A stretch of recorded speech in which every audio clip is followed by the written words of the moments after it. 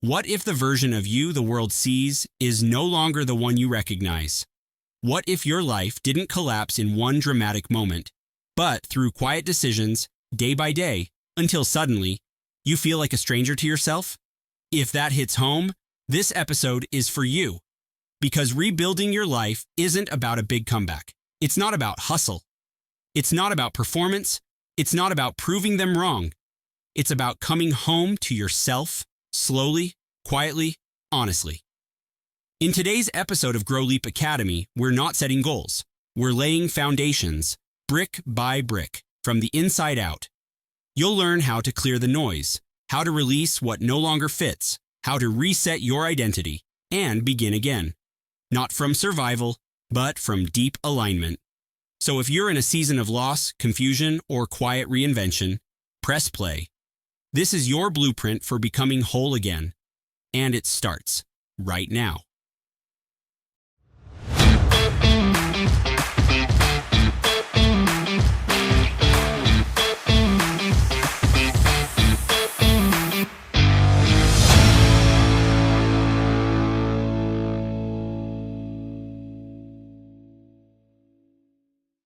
Ever get that feeling that things are just subtly coming apart? Not like a big dramatic explosion, but more of a slow unraveling. Like a fraying at the edges. Exactly. Until you kind of look in the mirror one day and think, who is that? Maybe that's where you are right now. Yeah, that sense of life just slowly dissolving, that quiet disconnect. It's actually surprisingly common, even when everything on the outside looks, fine. Totally. You've been the one holding it all together, right? The reliable one.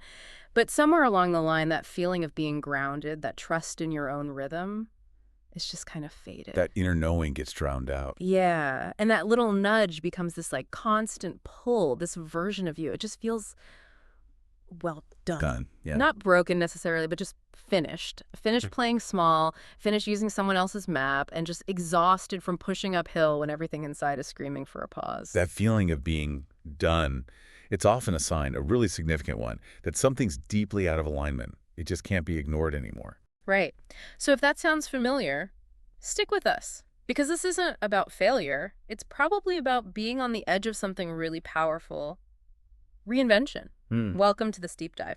We're not going to talk about the usual hustle culture stuff or, optimization hacks. No, this is different. Our mission today is to really dig into how to rebuild properly from the inside out, creating a life that actually feels like you. Yeah, we're looking at a more structured way to approach that internal rebuild, moving past just coping towards actually designing a life that reflects who you are now.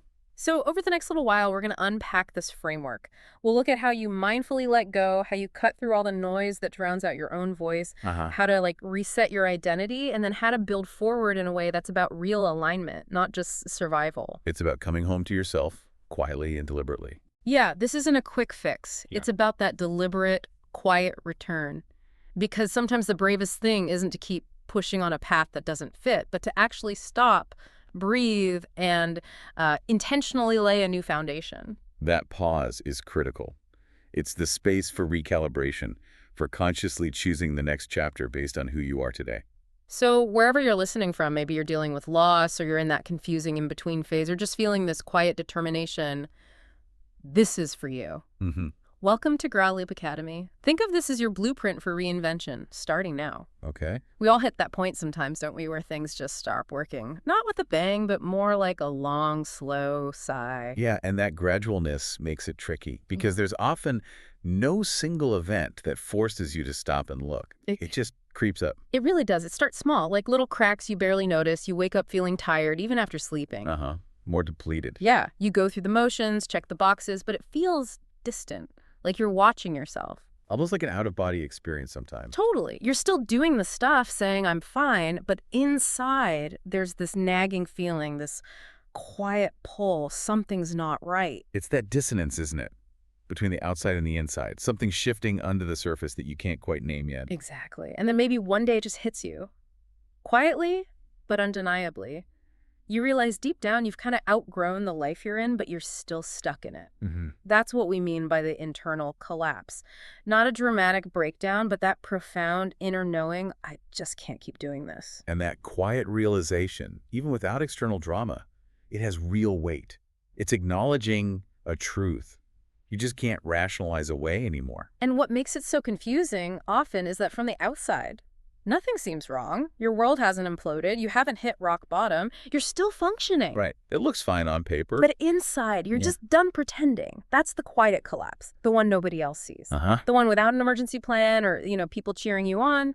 And that lack of external validation or a clear fix can make it feel really isolating, really uncertain. And honestly, it can feel terrifying because who teaches you how to just let go of a life that looks okay but just doesn't feel right anymore on a soul level? And that's really the core of what we're diving into today, how to navigate that messy, uncomfortable space between the life you had and the one that's trying to emerge. Yeah, that in-between space. And that's where the big questions start popping up. You start looking at everything differently. Questioning it all. Your job, relationships, habits, even your core values. And the scary part, often you don't have a clear picture of what's next. That ambiguity is tough. Yeah. Our brains really don't like uncertainty. They want clear paths. Right. But that uncomfortable in-between zone, it's actually vital. It's crucial. And a huge mistake is trying to rush through it. Yeah, grabbing onto the first new thing just to escape that discomfort. Exactly. A new job, a relationship, any distraction, really. But that often leads to just superficial changes, doesn't it? It doesn't fix the root cause. Because this feeling of collapse, it isn't something to just bypass or fix quickly. It needs to be felt, witnessed, listened to. When life feels like it's crumbling from the inside, it's not a punishment. It's not failure. It's actually your own inner wisdom talking. It's a signal, a powerful signal that the way things are just isn't sustainable for your growth, for your well-being. Yeah. It usually means you've been loyal to a story about your life or yourself that just doesn't fit anymore. Holding on to an outdated version. Right. Clinging to roles or expectations long after they expired. You kept growing inside, but your outside life didn't keep up. So what's the first step then, in that moment? Not jumping to solve it, not frantically building something new overnight, not chasing external fixes, just pausing. Pausing, creating space. Taking a breath and naming what's going on. Start pointing to the things that don't feel right anymore. Acknowledge the pretending. Yes. Get honest about what you've been pretending is okay, even when it screams no inside. Pinpoint what's draining your aliveness. Because that clarity, the kind you build on, it starts with radical honesty. With yourself. And that honesty, even if it's uncomfortable at first, it's the bedrock. It's what you rebuild on. It takes real courage, though, to look squarely at the parts that aren't working. About filters. Definitely. Okay, here's a really simple but powerful exercise to start with. Grab a notebook or your phone, whatever, and finish the sentence at least 3 times. I've been pretending that. Just let it flow. No editing, no judgment. What might come up might actually surprise you. Often it's just below the surface. Totally. Your answers might be things like, I've been pretending that I'm still passionate about this job, or I've been pretending this relationship is still fulfilling. Or even, I've been pretending I have energy when I'm actually exhausted. Exactly. And doing this, it's not weakness, it's not being negative, it's actually profound courage. It really is brave. Facing the things we know deep down aren't serving us. Because before you can even think about rebuilding in a way that resonates, you have to be willing to see things as they are. Right now. Not the idealized version, not the story you tell others. The raw, unfiltered truth, with all the messy bits, this feeling of collapse. It's not the end, it's an invitation. An invitation to strip away what doesn't belong anymore. Yes. Beliefs, habits, relationships, expectations, everything that doesn't resonate with who you're becoming. Yeah. And then intentionally rebuild something that does. It's that essential shedding, making space for the new to actually take root, a fundamental part of transformation. So once you've had that realization that something's fundamentally off, the next step isn't grabbing the hammer and nails right away. Right, not jumping straight to building. It's actually about creating space. Internally and externally, think about it like practically. You wouldn't build a new house on a cracked foundation. Or try to grow a garden in toxic soil, no. Exactly. But we try to do that with ourselves all the time. We try to rebuild while still carrying all the stuff, the habits, the guilt, the noise, the expectations that broke us in the first place. It's counterintuitive maybe because it involves stillness. It doesn't always feel productive in that external sense. It can feel really uncomfortable, like you're not making progress. But that stillness, that reflection, it's fertile ground for healing, processing, preparing. Absolutely essential, because real healing, lasting change, it doesn't just happen in the doing. A lot of it happens in the undoing. Ah, the undoing. I like that. So let's talk about some of this debris, the stuff that builds up in our systems, often without us realizing how much it's affecting us. Yeah, recognizing and dealing with this debris, digital, emotional, self-imposed, it's key to getting that clean slate you need to rebuild. Okay, first up, digital debris. Just think about your phone for a second. The feeds, the inbox, every notification, every headline you scroll past. Seems harmless moment to moment. But it's not neutral. It takes up space in your head. It competes for your attention. It fills your mind with other people's voices, opinions, stuff that isn't yours. And that constant influx has a real cumulative effect on attention, mental space, cognitive load. And here's the thing. You cannot hear your own intuition, that quiet inner voice, when your mind is just constantly bombarded by external noise. It gets drowned out, totally. Makes it hard to connect with yourself. So one of the most powerful things you can do in a reset is to intentionally create moments of digital silence. Even just a day. Yeah. Turn off the feeds, mute the notifications, create space for your own voice to come back. It's not about ditching tech forever. It's about reclaiming that inner space, remembering what your own thoughts sound like. Exactly. Remembering your own thoughts without the algorithm interfering. Okay, second category. Emotional debris. The heavy stuff. We all carry it, right? Unprocessed moments, experiences we shoved aside, difficult conversations we avoided, pain, grief, resentment, fear that we numbed instead of felt. And those unprocessed emotions, they don't just disappear. They lodge themselves in our nervous system. They impact our reactions now, limit our ability to change. Totally. It buries itself deep. It influences your reactions, your perspectives, fuels resistance to change. So if you're trying to reset but feel heavy, stuck, blocked, check in. What haven't you let yourself feel? Yeah. Is the grief you haven't mourned? Resentment, fear of the unknown, disappointment in yourself. And identifying that is the first step to releasing its hold. And it's okay. You don't need to fix it or analyze it to death or justify it. Just allow it. Let the emotion rise. Let it move through you. Because emotion is energy in motion, right? Exactly. And suppressing it makes it rigid. It can harden into, like, part of your identity. Creates blockages, hinders growth, adaptability. But remember, you are not your emotion. You're the observer of it. And just witnessing it without judgment brings release. It softens. That mindful witnessing is key. Okay, here's a small practice for this. Find just 10 minutes. Stillness, no distractions, quiet. 10 minutes. And gently ask yourself, what am I still holding on to emotionally that's no longer mine to carry in this chapter?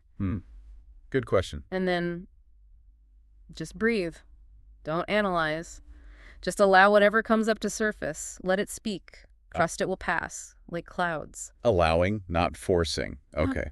Third type of debris, and this one is often the sneakiest, the debris of self-pressure. The inner critic. Yeah, that voice whispering or shouting, you should be further along. You should be handling this better. You should have figured this out by now. That pressure cooker. It's so damaging to our self-worth, our sense of enoughness. Makes it hard to move forward with compassion. And that voice. 9 times out of 10, it's not your authentic truth. It's internalized stuff from society, upbringing, past versions of you who didn't know better. Inherited beliefs, yeah. It's time to start recognizing that voice and releasing its grip. Remind yourself, kindly, you're not on some external timeline. You are exactly where you need to be to begin again, intentionally. Releasing that burden frees up so much energy. Energy you can use for actual growth, for rebuilding. So, this work of clearing debris, digital, emotional self-criticism, it's not about frantically building on shaky ground. It's not about planning your next 5 moves. No, it's about creating space. Letting your system breathe, letting your brain defrag, letting your nervous system reset and find calm. Because real clarity, the kind that leads to real change, it doesn't come when you force answers or push through.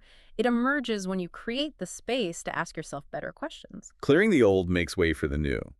Creates that essential void for fresh perspectives, more authentic ways of being to actually flourish. Okay, so after that, often intense period of collapse and the, challenging but freeing work of clearing out the debris, there's often this weird silence. Yeah, it can feel unsettling at first, unfamiliar. Definitely. But underneath that, there's also this emerging sense of liberation. Yeah, because you're not pretending anymore. Right. You're not feeling that constant pressure to perform, to play a role, to seek approval just to be understood or accepted. You've created this space, this emptiness. And now comes the big question, the really transformative one. Who am I when I stop performing? Wow. Yeah, that cuts right to the core. It strips away all the layers of learned behavior, the roles, the external stuff. And this isn't about finding a new label for yourself or trying to suddenly become someone totally different overnight. No, it's more about removal. It's about taking off the masks, shedding the roles you played out of obligation, letting go of the identities that never really belonged to you anyway. Because we all inherit stories, don't we? Often unconsciously. About success, how to behave, what makes us worthy. Totally. Stories from family, culture, society.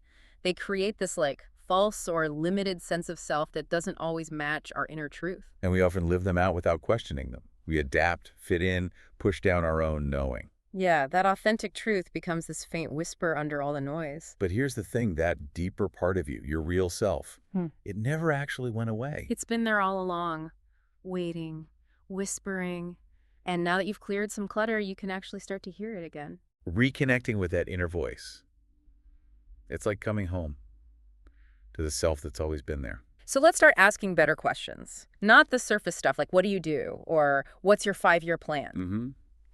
Deeper inquiries? Like, who are the people I feel most myself around effortlessly? What environments make me feel alive, energized? What drains me, even if I'm good at it? Yes. Or what have I always known deep down is true for me, but been afraid to admit? Those kinds of questions, they start to crack open those old stories and beliefs. They let your inner truth rise up. Gently, not like a big revelation, but like a reminder of who you are underneath it all. They're like compass points, guiding you back to your values, your desires, your authentic way of being. Because here's a really liberating idea.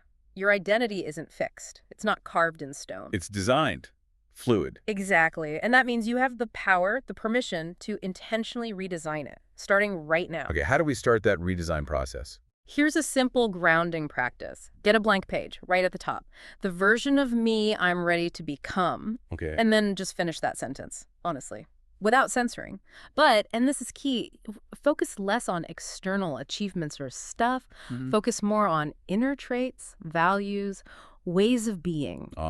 Shifting from external validation to internal qualities? Right. That's crucial for building an authentic sense of self. Totally. So maybe it's the version of me I'm ready to become is calm and centered, even when things are chaotic, or focused and creatively engaged, or brave enough to speak my truth, but also soft enough to rest. It's not about perfection. It's about becoming more authentically real. And here's where it gets powerful. When you start acting in alignment with that emerging self, the person you want to be, things shift inside. Your nervous system responds. Yeah, it starts to relax. You let go of needing to chase approval. You stop feeling the pressure to prove yourself. You just start living more authentically. That alignment between inner self and outer action creates coherence, reduces conflict, brings peace. And yeah, there will probably be some resistance. People might notice you changing and say, maybe with confusion or judgment, you've changed. It happens all the time. And your answer, grounded in this work, can be simple. Yes, I have. On purpose. Love that. On purpose. Because staying loyal to an old identity just to keep others comfortable, that's actually a form of self-betrayal. Right. Choosing your integrity over external acceptance. You get to choose alignment now. You don't owe anyone the smaller version of you just because it made them comfortable. Prioritizing that integrity builds self-respect, a solid foundation for acceptance and peace. So just breathe that in, let it land. You're not becoming someone totally new and unrecognizable. You're coming back home to who you were before the world started telling you who you should be. It's a reclamation, stripping away the layers to reveal the authentic core that was always there. Okay, so once you've started that deep work of redefining who you are, there's this pull, right, to jump straight into planning mode. Oh, yeah. Map it all out. Goals, deadlines, the whole strategic plan. But wait, before you dive into strategy, you need something more fundamental. You need inner structure. Not just scheduling, but something deeper. Yeah, the kind of structure that anchors your nervous system, especially during this time of transition. Okay. Stabilizing the nervous system before planning. That makes sense. Mm-hmm. Creates a more resilient foundation for change. Because real reinvention, it doesn't start with vision boards. It often starts with rhythm. Rhythm. Okay. When your life feels upside down or your identity is shifting, your nervous system craves one thing: safety, predictability. And one of the best ways to cultivate that safety isn't chasing big goals, but returning to simple, repeatable grounding habits. Exactly. These grounding practices, they act like anchors in the storm. They bring stability, presence, resilience. So what do we mean by grounding exactly? It's basically any practice, any small ritual that reminds your body, mind, and emotions. I'm here, I'm safe, I don't need to perform, I can just be. Simple reminders, but powerful, especially when everything else feels uncertain. You'd be surprised how powerful. So let's talk about what we're calling the grounding core. Okay, the grounding core. It's not another to-do list adding pressure. It's not about performance. It's like a daily reset pattern. Touch points you return to not for achievement, but for alignment, for well-being. A framework for self-regulation, emotional balance, inner harmony. Okay, I like it. So here are 4 key elements you can weave into your daily life, even if everything else feels chaotic. First, stillness before screens. Ah, the warning phone grab. That first moment when you wake up, it's sacred. It's yours. It's not for email, not for scrolling, not for news. If you grab the phone first, you're immediately handing over your focus, your energy to the outside world's demands. That's a reactive tone. Exactly. But if you can give yourself just 5 or 10 minutes of quiet stillness before any screens, you reclaim your mental space. Doesn't have to be perfect meditation, right? Not at all. Just sit, breathe, feel your feet on the floor, notice your breath. It's not about doing nothing. It's about remembering what it feels like to just be in your body. Cultivating that stillness first thing helps you center yourself, set a more intentional tone for the day. Second element, physical movement, but for connection, not performance. Okay, movement for connection. Your body is your anchor. And when identity is shifting, connecting with it is vital. Not to burn calories or train for something, but just to feel alive in your skin. Embodiment practices. Yeah, they ground you in the present, counteract that feeling of disconnection. Gently stretch. Take a slow, mindful walk. Do 5 slow squats. Whatever helps you remember. I live here, in this body, and it supports me. Because when the mind spirals, movement brings you back to the now, to physical sensation. It really does. It shifts focus from worry to presence. Okay, third element. One clear thought, written or spoken. One clear thought. Each day, choose one sentence, one idea, one affirmation to anchor your mindset. A reminder you need, a mantra, a truth you want to embody. Like a guiding principle for the day. Helps cut through the mental clutter, provides direction. Exactly. Maybe it's, I don't need to rush. Or, my peace is not negotiable. Or, I am not behind, just recalibrating. Okay, simple, direct. Say it aloud, write it down. Stick it somewhere visible. Let it be your internal compass for the day. One clear thought. Not a list of goals, just one anchor. Provides that sense of inner direction amidst the uncertainty. I like that. And the fourth element, microstructure, the 3 anchors. 3 anchors. Forget the long, overwhelming to-do lists for now. During reinvention, less is more. Each morning, define just 3 anchors for the day. 1 physical, 1 mental, 1 emotional. Ah, a balanced, holistic approach to self-care. Manageable, sustainable. Exactly, like physical, stretch for 10 minutes. Mental, read 5 pages of something that feeds me. Yeah. Emotional, message one person I feel safe with. Okay. Simple, achievable actions. That's it. 3 things you know will contribute to your stability and groundedness, even if other things feel up in the air. It's not about productivity. It's about honoring your own rhythm, your needs. Right, remembering and nurturing yourself. So here's the practice for this week. Design your own mini grounding core for the next 7 days. Write down your stillness practice, movement, anchoring thought, and 3 daily anchors. Okay. Keep it simple, repeatable. Yeah. Don't aim for perfection, just conscious intention, repeatable action, even just a few minutes counts. Consistency, even in small things, builds momentum, reinforces those new supportive patterns. Because even if everything else feels undefined, this grounding core rhythm, it's your daily touchstone, your point of return. It's a reminder that you're not drifting, you're actively rooting yourself, cultivating stability from the inside out. Because true stability starts when you are clear, not just when your goals are clear. Exactly. Inner clarity and stability come first, and then the aligned external goals and direction can follow. Okay, that makes a lot of sense. So we've talked about the collapse, finding clarity, coming back to yourself, and building that grounding core for stability. Yeah, the inner work. But now, we need to talk about the practical stuff, the real-world things that keep going even while you're rebuilding inside. Ah, yes. Money, decisions, logistics. Life doesn't stop. Right. You still have to manage money, make choices, navigate daily life. And ignoring those practicalities can actually undermine the inner work, create stress. Totally. If you don't create some structure around the practicals with compassion, you just default back to survival mode, the exact thing we're trying to move beyond. Okay, so how do we approach this? Let's break it down into 2 key bits: a mindful financial reset and navigating decision-making during this rebuild season. A conscious, compassionate approach to both finances and decisions, essential for a sustainable reinvention. Let's start with money, and let's be clear. Reinvention doesn't mean you have to impulsively quit your job and burn everything down. No dramatic gestures needed. It's more about a shift in perspective, moving away from urgency, image, external pressures, and towards simplicity and clarity about your resources and needs.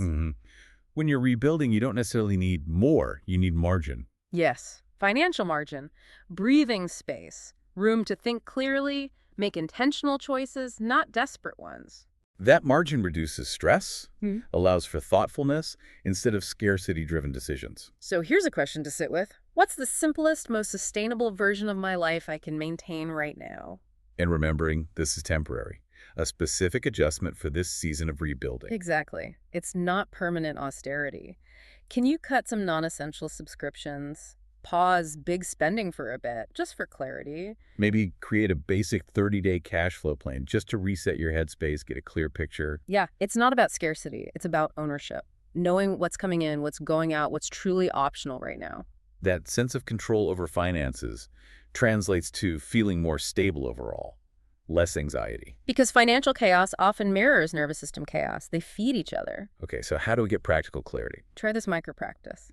The clarity budget, just 3 simple categories. Okay. 1, essentials, non-negotiables, rent, food, utilities. 2, stabilizers, things supporting your well-being, therapy, gym, if it helps, books, supplements. Things that actively contribute to your stability. Got it. 3, optional. Everything else, entertainment, non-essential shopping, eating out, flexible stuff. This simplified view helps identify where you can create flexibility quickly. Reduce outflow. Take an honest, non-judgmental look at that optional category. What can you temporarily reduce or remove? Again, not forever hardship, just creating breathing room now while you recalibrate. Makes sense. Okay, what about decision-making during this phase? Right. When you're reinventing, aligning, you don't need to say yes to everything that comes your way. Learning to say yes to the right things becomes way more important. Discernment is key. But how do you know what's right when things still feel unclear? Try this temporary filter for every decision. Okay, filter. Ask yourself, is this decision calming or complicating? Ooh, I like that. Calming or complicating. Apply it to everything. Meetings, purchases, invitations, projects. Prioritizes choices that support well-being, reduce stress during a potentially vulnerable time. If it feels like it brings peace, presence, moves you towards alignment, probably worth exploring. If it triggers urgency, anxiety, pressure, pause. Reconsider. Because energy is precious during a rebuild, every yes is an investment of that limited energy. Recognizing that energy value, being selective about where it goes, crucial for avoiding burnout, maintaining a sustainable pace. And remember, rebuilding doesn't always mean more effort. It often means fewer, better choices. Fewer, better choices. Okay. So a daily tool.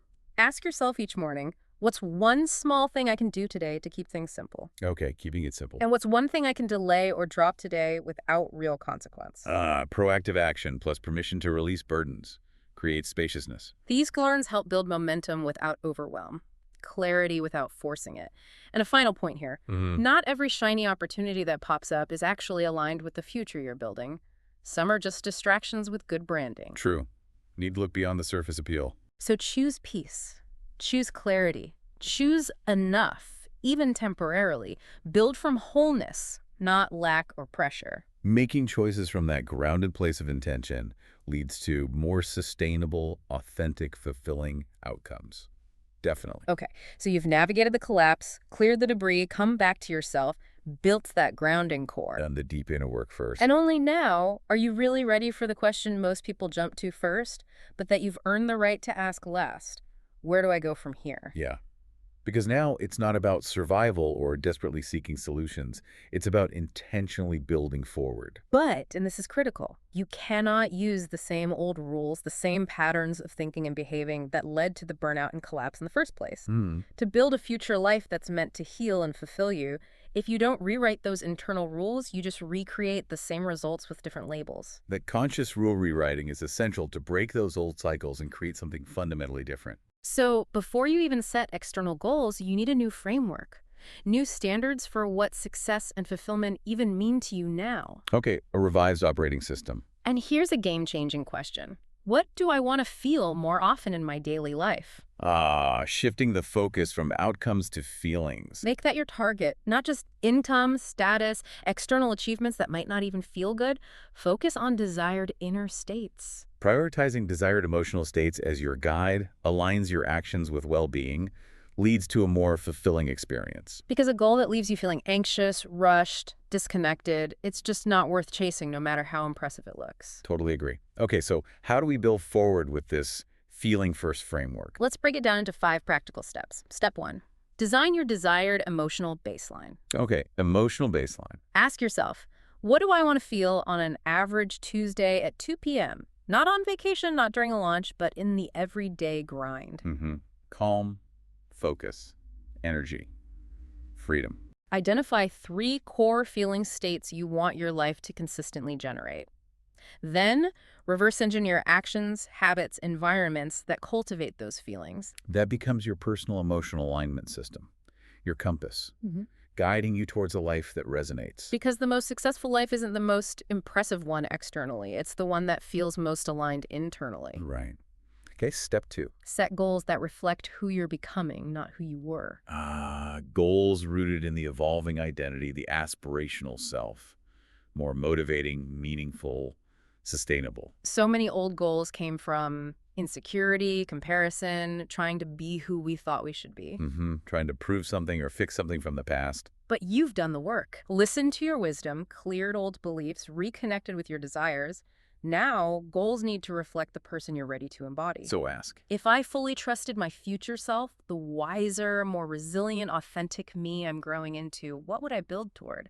Let vision, not fear or obligation, drive you. Trusting that future self, that's powerful. Okay, step 3. Choose process goals over pressure goals. Okay, focus on the rhythm, not just the finish line. Shift focus from rigid timelines and outcomes to consistent, supportive daily rhythms. So instead of earn X in 6 months, maybe it's create from clarity 5 days a week. Or instead of get 10 new clients by X date, it's connect with one aligned person daily. These process goals build momentum without the stress. They respect your energy, build resilience, and often get you further with more sanity. Makes the journey more enjoyable, sustainable, rewarding.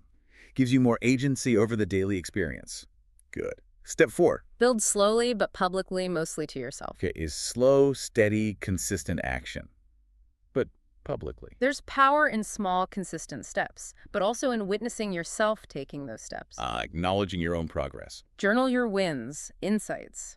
Share thoughts with a trusted friend. Speak your truth more openly, not for applause, but to solidify your own shift. Making efforts visible, even just to yourself, strengthens commitment, reinforces the new identity. You're building a new foundation, a new identity. Every aligned action strengthens it. Even if no one else sees it, you do. And that's what matters most. Self-awareness, self-acknowledgement. Okay. And step 5. Fiercely protect your new standards. Boundaries. Maintaining the progress. As you build forward, old patterns, people, roles, invitations will try to creep back in. Recognizing, establishing, and holding those boundaries is crucial for safeguarding energy and well-being. You'll be tempted to revert, compromise, make yourself smaller again to fit old boxes. Resist that urge. Yeah. You've come too far, done too much work to unconsciously recreate the situations you chose to transcend. So say no faster. Say no faster to things that aren't aligned. Pause longer before committing.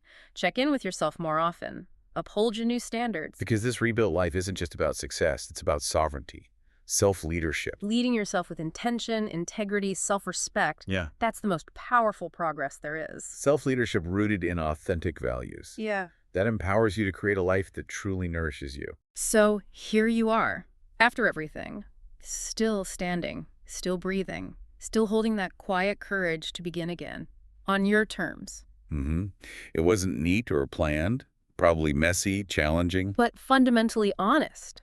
And that honesty makes the journey sacred. Remember, you didn't do this to impress anyone. No, you did it to come home, to yourself. That journey back to your authentic self is the most meaningful one we take. To the version of you that breathes deeper, moves slower, thinks clearer, chooses wiser.